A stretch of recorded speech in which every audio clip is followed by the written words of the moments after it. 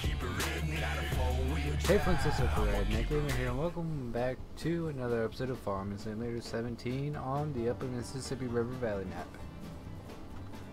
So, like I said in either the last episode or the episode before that, that we will be doing tillage, and well, here we are.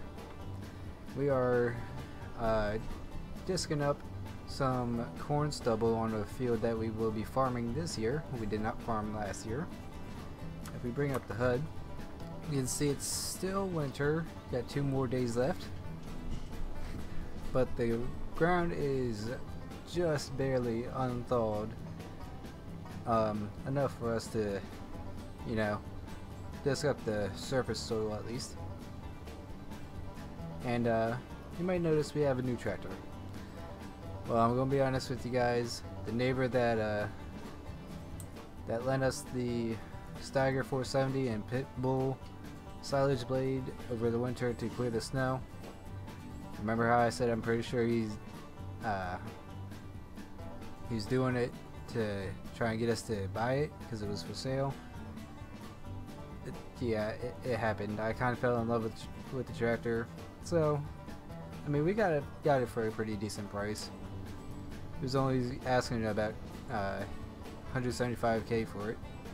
So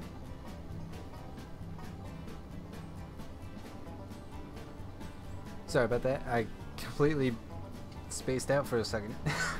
My brain just shut off. As you can see, it's 1 o'clock in the morning for me, so kind of tired right now. But yeah, he got us a deal on it. Sold it to us for 175K for the bundle of the Steiger and the Pitbull silage blade.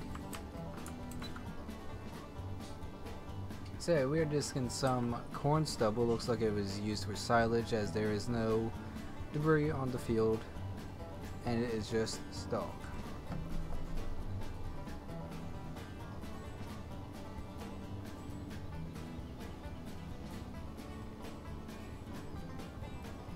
Sorry, I'm responding to an email real quick.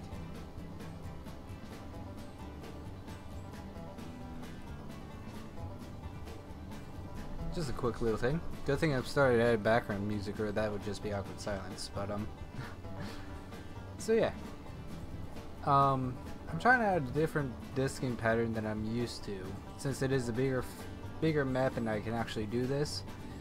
We're skipping every other pass, or we're doing every other pass, and then we'll get the skipped rows when we reach the end of the field, basically. They don't do this too much around where I live. I think I've only seen a few do it. Mostly around where I live. I mean, we don't have huge fields like this, but we have some pretty decent sized fields. Actually, this one is probably closer to the largest field around where I live. But yeah, most of what they do around me is they'll split it up the middle and then go up one side of that pass, down on the opposite side of that pass, and then up and, you know, repeating that pattern. That's typical around me, but I believe it's in the Midwest, this is how they do this. Or the Midwest and down to the South. I'm pretty sure this is how they do it. And only until recently around me have I noticed that farmers haven't been doing the outside rounds first. They do the inside and then do the outside rounds after. That's just, I know the reason before that. Jesus, it's gonna be a long video. I know the reason for that, and it's compaction, basically.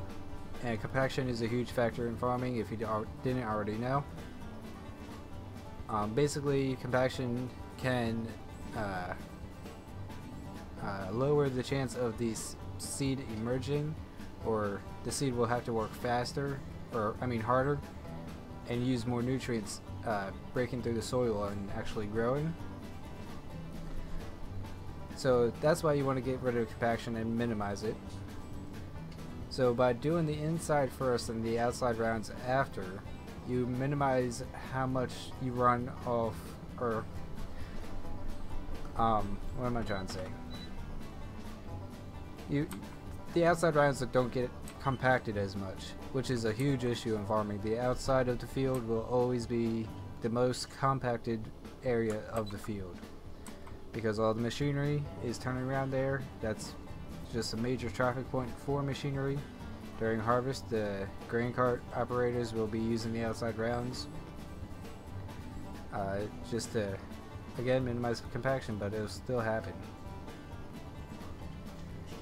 So by doing it like this, we're not disking up the outside rounds first, and then later going over that whenever we turn on the end pass here, which basically just ruins the work we would do if we did the outside rounds first. So if we do them last, that's the least amount of compaction we can get from tilling. I hope I explained that good enough. I probably didn't. Probably a bunch of you are probably just have migraines by now because I can't explain stuff normally, and I'm tired now, and that just doesn't help. Anyways, being that it's late and I can't really talk right now, I think we're going to do a time lapse of at least most of this field. Yeah, we'll do all of it. I am going away this weekend, going to spend the weekend at my girlfriend's house. So I don't know when you guys will see this video, but it's going to be a few days in the making, I can guarantee you guys that. Anyways, sit back, relax, and enjoy the time lapse.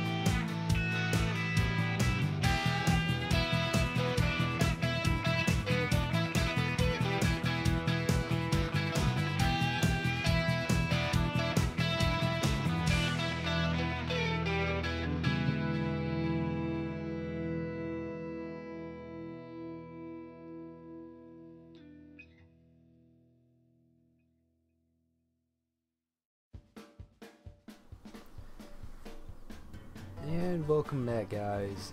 So we got that field done. I pretty much cut out most of it because all it is going back and forth, and that was a bumpy field.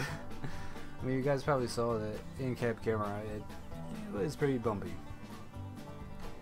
But, unfortunately, I mean, you can probably tell by my voice, I am really tired right now.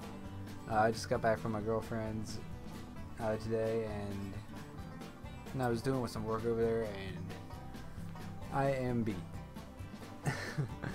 So, unfortunately, it's going to be a little bit of a shorter episode today. But either way, hopefully y'all enjoyed. If you guys missed the last video I put out, it was the Green Farming series. I released a pack of 3 combines, one of which is a 9770 STS. The reason there is 3 in there is because I use heads from different ones, and I do not know 100% how to just combine the heads into one combine.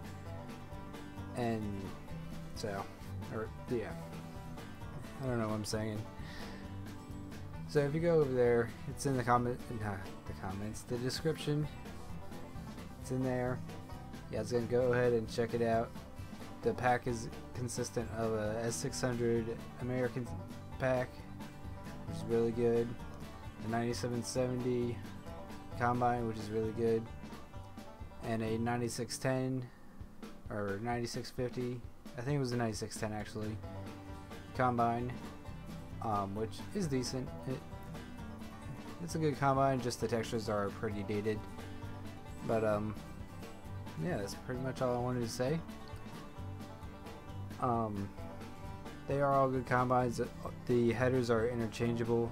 I use the corn head from the 9610 on the 9770, and the draper head from the smaller draper head from the S600